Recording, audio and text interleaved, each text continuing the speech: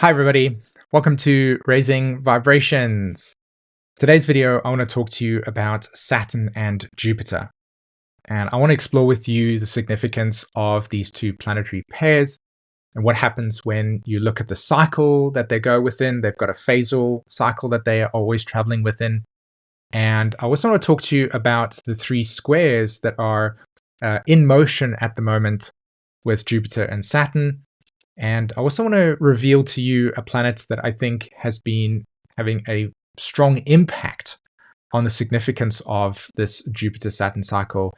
And one of the reasons why I think it's a really good idea to look at the cycle because of this planetary position. So that's what I want to share with you today. That's a roadmap, and let's get straight into it. Okay, so I think it's good to just outline the basic framework of a Jupiter-Saturn planetary system and show how these two planetary pairs work together, okay?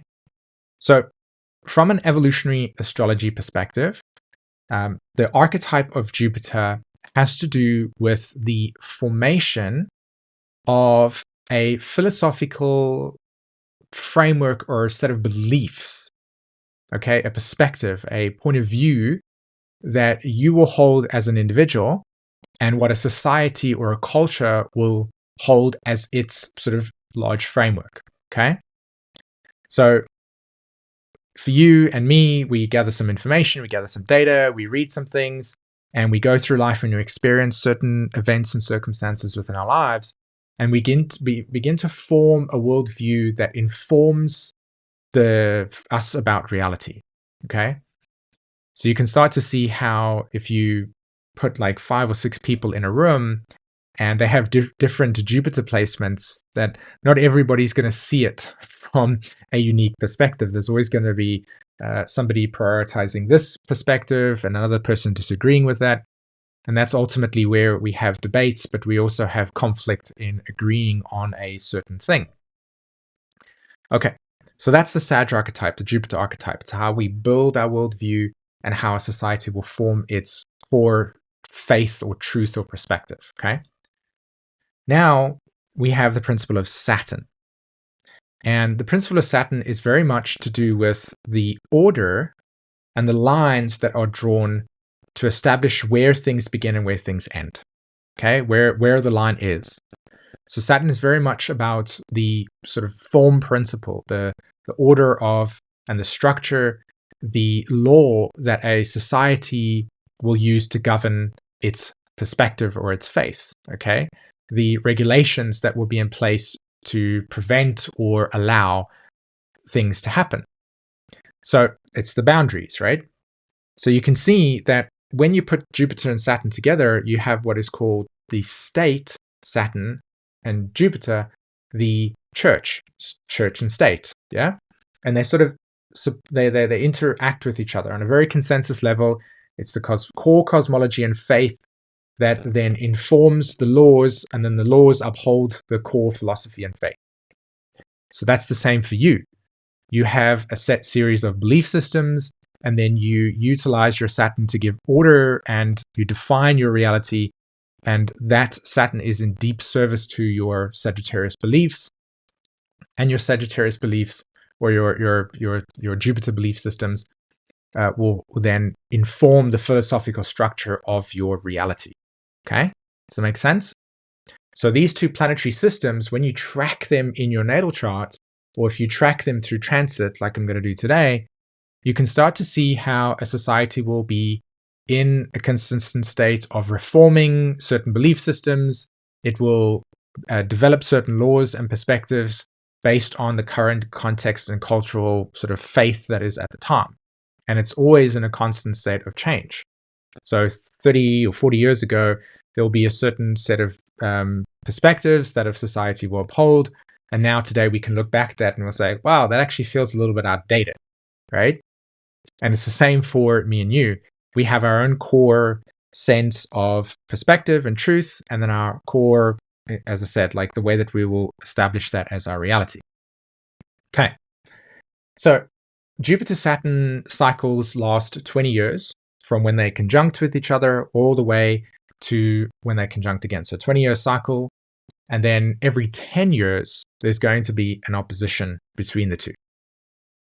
And what's really interesting about that is if you go to your own personal natal charts and you look at your Jupiter-Saturn, you might have Jupiter in, say, Jupiter's in Cancer and Saturn is in Libra, okay? You can see just by your location of your Libra and your location of your Jupiter, that's how you're going to form your cosmology, and that's how you're going to define your faith and your perspective. That's how you're going to almost build your opinions and your points of views and what you think is important and upholding, etc. Again, that's why if you take like 3 or 4 people and you put them in a room and you give them a topic to debate, each and every one of us is going to come at it from different points of views because our configurations of our Jupiter and Saturn in our chart will be different, and we will prioritize and value different things. So you can see how complicated this becomes when you start to introduce something like the internet, where everybody has an opportunity to give their own opinions, perspectives, and points of views, and everybody will say, you're wrong, I'm right, etc. Okay? Which, yeah, as I said, you just need to think like that, and you can start to see how difficult it is for us to actually find a sense of cohesion with each other. So, in order for there to be a sense of like order at a societal level, considering that at an individual level we have different Saturn Jupiter conjunctions, there needs to be an overarching sort of core truth and core structure that in a sense kind of punishes and also regulates individuals' sense of freedom expression. And this is something that I think is going to be a very interesting and very salient, so very present topic for us as a collective as we move forward. Because the internet has created a space for people to have their core perspectives shared, but they're also interacting with a governing structure that is in a sense defining what is right and wrong. And that kind of intersection between an overarching set of beliefs that are bigger than the individual and then the individual's voice coming into it is a very big part of the friction that you saw in 2020 and ongoing, and what you do see on the internet right now. Okay. One of the other things that I just want to put across quickly, and then I'll jump into some charts for us, is that Jupiter-Saturn also has a lot to do with the economic structure of a society and its culture. And it also has to do with the way that you feel that you can interact and find connection with society. In other words, if your Jupiter-Saturn is in an opposition with each other, there is more of a challenge to find yourself agreeing with the consensus reality Saturn and consensus belief systems Jupiter, because you within yourself are in a natural opposition, right? There's a need to oppose it. Now, at an individual level, that is your personal story that you're going through that has nothing to do with the shared collective point of view. But at an individual level, that is you're going through a Jupiter-Saturn opposition. Now, if you take that individual structure and then you put it into the core cosmology, you find things like this. Like some people will say the society and the culture is wrong, it's out of balance, they've got their priorities wrong.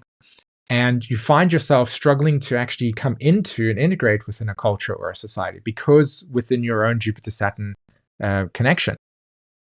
So Jupiter-Saturn does actually also correlate deeply. This is why it's really good to look at your Saturn-Jupiter in your astrology chart and understand the dynamics. Because the more that you understand your own Jupiter-Saturn cycle, the more that you're going to see how you can synthesize yourself with the collective and its perspectives. And in one way, you can almost kind of give a little bit of grace for the realization that at certain people are not going to have synthesis and other people are. And it's okay. Like, you have to figure it out for yourself. Essentially, if you do have a configuration that's different or at odds with the cultural perspective, you might need to individuate yourself from that and live a life that is, sort of participating in some way, but not necessarily consistently feeling like you're failing the integration within society, because ultimately there's a part of you that cannot do it, and it's not your fault. That's what I'm kind of putting to, really. So it's good to learn about that. Okay, so I want to take a look at these three aspects that were taking place, or four in this case, but starting with the conjunction. Okay, so this is the astrology chart for the 20th, 21st of December, 2020.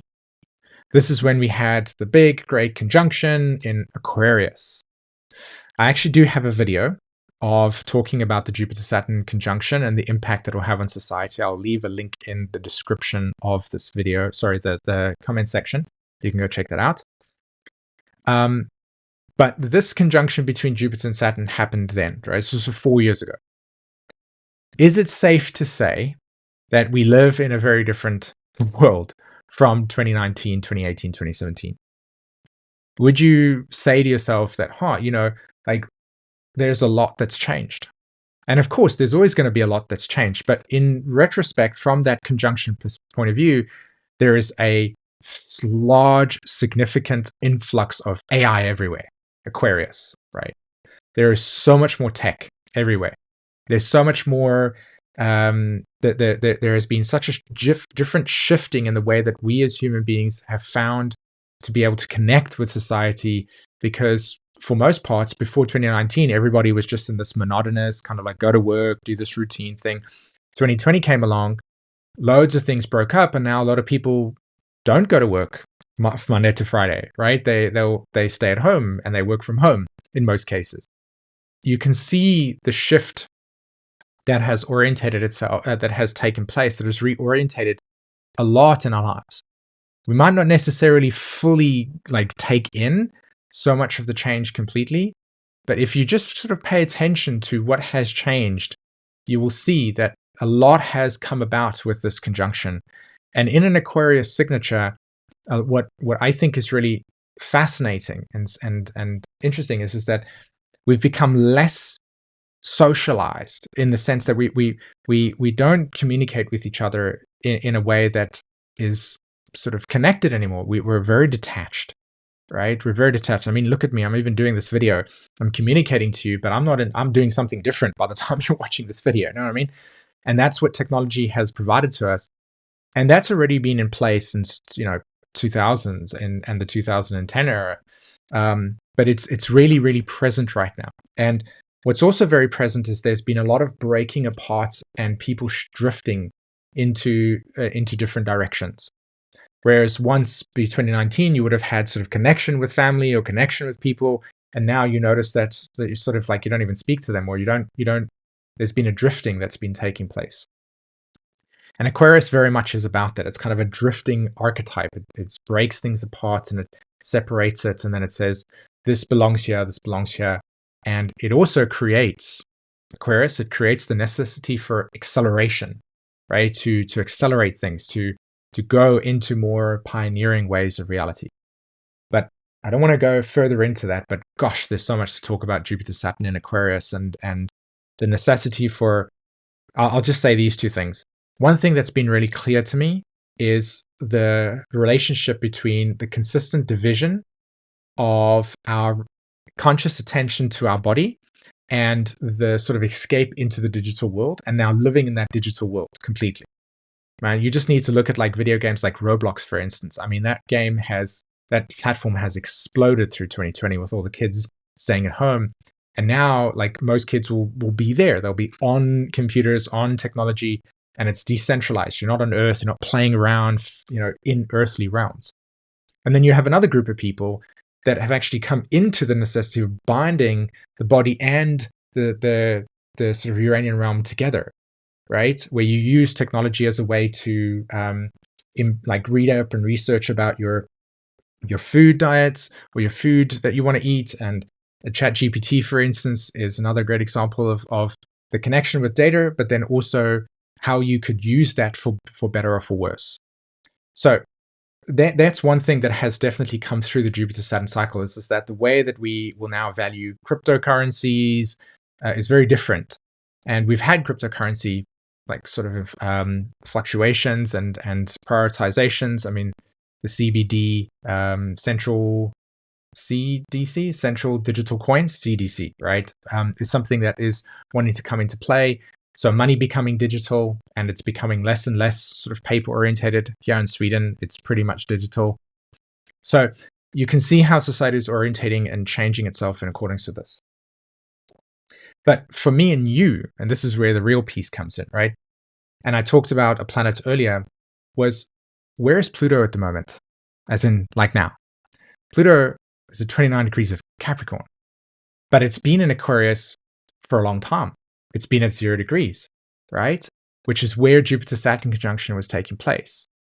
So if we go over to the next square that was taking place, and I wrote down my notes over here. So the next one is the 19th of August, 2018, 24. So let me just use this is the program that I use, by the way, is called Luna. And I do actually have an affiliation with them. So if you want to sort of come into Luna, I think the software is amazing for so many ways. You can check that out over there, and you can subscribe to them. It's an online cloud software. Okay, so 19th of August 2024.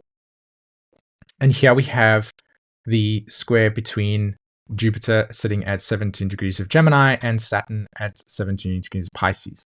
So they're not in Aquarius anymore. So that's the big key here, right? They've moved into these two signs. And if you look at this over here, Jupiter sitting with Mars right on top of it, and you're having, again, Saturn retrograde. Pluto, 0 degrees. So we have Pluto at 0 degrees, and then Saturn, Jupiter making that conjunction all the way in 2020. And now when you have a square take place between Saturn and Jupiter, we've got that Pluto at 0 degrees. And the significance of it is this. When Jupiter and Saturn makes a square, you're having what is a developmental growth period. So whatever it was that was in the conjunction now comes into form with the first square. Okay? So it's like when you follow new and full moons, the sort of new moon sets the intention, and then when you get to the square, then it's like, oh, we want to take that intention and we want to grow it more. So the square between Saturn and Jupiter is a tension where the things that were sort of set in motion in 2020 are now coming into the physical world, and you're seeing it bloom. Okay?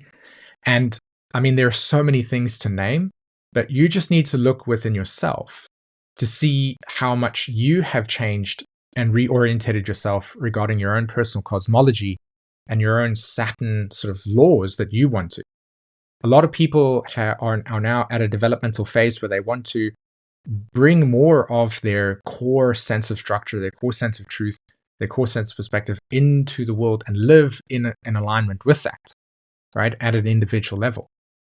And I think that Pluto at 0 degrees, where this original conjunction take place, is reflecting this massive, huge metamorphosis, not only at an individual level, but also at a hugely collective level. And that's incredibly powerful. Like there is a huge shift in the way that our societies and the way that we as human beings are going to move forward with this conjunction that took place in 2020. But now, where we are right now, this square, mark my words, these squares are incredibly powerful. And you can feel it within yourself that a lot of the things that you were thinking then in 2020 are sort of wanting to almost emerge now within your life. And you can see things like GPT and everything that you just look at right now is like, oh, we've got this new AI advanced technology here, and we've got this new AI advanced technology there. Everything, right? And that is an integration of this Jupiter thing. Now, all of a sudden, our reality is all just got AI all over the place. Very Aquarius signature, right? How can you advance ourselves? How can we interact with this foreign digital landscape that we can't see, but it seems to have more intellectual capacity than human beings at this stage, right? So it's that Jupiter square is speaking to a deep Aquarius onset. Like we're not just talking about, okay, society's going to change and this is just general pattern. This is like, no, this is happening at larger scale, and we'll continue to keep seeing the acceleration in our consciousness even further. I also think that this relationship between Jupiter, Saturn, and Pluto has a lot to do with the ongoing conflicts that are happening in the world right now, and the way that society is dividing itself into the us versus them categories, right? If you're on this side, then the other person's wrong. If you're on that side, then the other person's wrong, and kind of drawing lines between the two. And then if you stand here based on your core philosophy and faith or cultural perspective, or if you stand here and then you look over there and you draw the lines over there and it's cultural, the differences, like there's a strong sort of emergence of cultural dynamics that are playing out. That's on a collective level, but again, for you individually. And that's the thing. Like one of the reasons why I'm also sharing this over here is because Aquarius correlates to the archetype of emerging into and growing into a more authentic, deeply transparent way of living your life. So enough with the sort of masking and pretending. It's like, hey, by the way, the onset of neurodivergent information has caught on. A lot of people are actually finding and accepting themselves for who they are through that kind of movement, and many other movements allowing people to be more honest with themselves. And I think this is very much a Pluto, Jupiter, Saturn aspect, right? People are breaking apart traditional consensus conditioning and asking themselves to open up and be more real with themselves, be more honest with what their capabilities are, what they can't do, what they are. And there is a huge energy of getting to know yourself, like getting to know who you are, etc. And me and Jen are going to be releasing something that is going to very much be in sync with this. Remember the other day I talked about we've been working something on the background. Well, now what we want to do is any person that wants to know more about the thing that we're working on, I'm going to leave in the description over here a link just to sign up for a waitlist, and we'll provide people with information over there in the waitlist. Okay, so I'm going to leave that in the description so that you can check that out. But we're really excited. This has a lot to do with getting people back in touch with their core astrology and getting people more in touch with understanding what it means to live in the Aquarian age, which is not tribal sort of kumbaya. It's more about learning about yourself and understanding how you tick, and then being able to interact and formulate a society where there's more authenticity between us, rather than kind of needing to mask ourselves up and try and interact with society when it's completely false, right? So Jupiter Saturn, in my eyes, has a lot to do with the consistent breakdown of social norms and the acceleration of people allowing themselves to be more authentic. And one of the best ways to learn about your authenticity is to actually use a system like astrology to make yourself be more conscious of how you tick, essentially. That's my point of view, at least. So we're working on something really great that we want to share with you guys. And we've got a wait list over here. Put your name on the wait list. Just put your name and your email, and we'll be sharing information over the coming weeks about that, okay? So this first square, as I said, is initiating this Pluto conjunction. That was the thing that I was wanting to speak about. And a lot of it has to do with, as I said before, this kind of decentralization of social norms and the reorientation of how do we move forward in a way that is in alignment with what is natural for you. Again, that Jupiter signature. The next square that's going to take place is the 24th of December, which again for the States is a really big deal because you guys are going to be having your elections. And I suspect that all over the world, there are going to be other significant events that are going to be taking place around this time. So here we have Jupiter now retrograde and Saturn direct. Okay, where's Pluto? It's like, what? Pluto was retrograde in the first square. It's now direct in this square. Saturn's direct where it was retrograde. Jupiter's retrograde where it was direct in the first one, right? So again, very, very fascinating stuff over here. At this point, this square speaks very much to, like, when we looked at the first square that was taking place in July, that had a lot to do with Saturn reordering and going like, hey, we need to redraw the lines here. This time round, this Jupiter square is, okay, well, we've drawn the lines, but our philosophy seems to be out of whack. So we need to figure out what type of philosophy we're going to use to then inform the laws that we want to establish. So Saturn went first. It said, hey, I want to go first and reorder myself. That's what it did with the first square. Then the second square with Jupiter retrograde, now we're going to reorder our cosmology and our perspectives. And again, Pluto's in Aquarius, so of course accelerating and decentralizing and breaking apart traditional perspectives and points of views and again, shared ideals, breaking it down and saying, hey, you seem to like this, you seem to like this, you seem to like this. You live like you want to live, you live like you want to live, you live like you want to live. Somehow society is going to find a way to kind of have to organize all of that, but at an individual level, you will prioritize saying, I actually want a traditional family and I'm going to live by that rule. And this person will say, well, traditional families don't work for me, so I'm going to live like this. And the idea ultimately with Aquarius is to coexist without those differences becoming threatening. And I think that's what the Pluto square or the Pluto is about. It's like this ongoing exposure to where we carry some really, really deep, unresolved stuff that stops us from seeing and accepting differences, while at the same time judging those differences as wrong because they don't align with our perspective. And again, that's a very complicated conversation, so I'm not going to get into it, but that is ultimately what will happen with this square taking place. Okay, so again, acceleration of the way that we individually are changing within ourselves to orientate to a new world that is very Aquarius. The next square that's going to be taking place, and this is the last one, this will be on the 15th of June.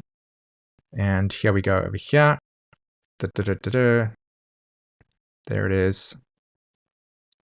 And Jupiter sits at 4 degrees of Gemini. So this is not right. Square, 15th of June, 2000. Oh yeah, I know why that's not working. We've got to change that to the 25th. There we go. And now we have 15th of June.